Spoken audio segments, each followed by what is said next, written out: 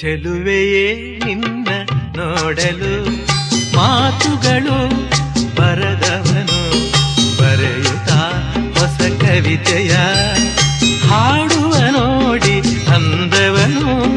ಚೆಲುವೆಯೇ ನಿನ್ನ ನೋಡಲು ಮಾತುಗಳು ಬರದವನು ಬರೆಯುತ್ತಾ ಹೊಸ ಕವಿತೆಯ ಹಾಡುವ ನೋಡಿ ಅಂದವನು.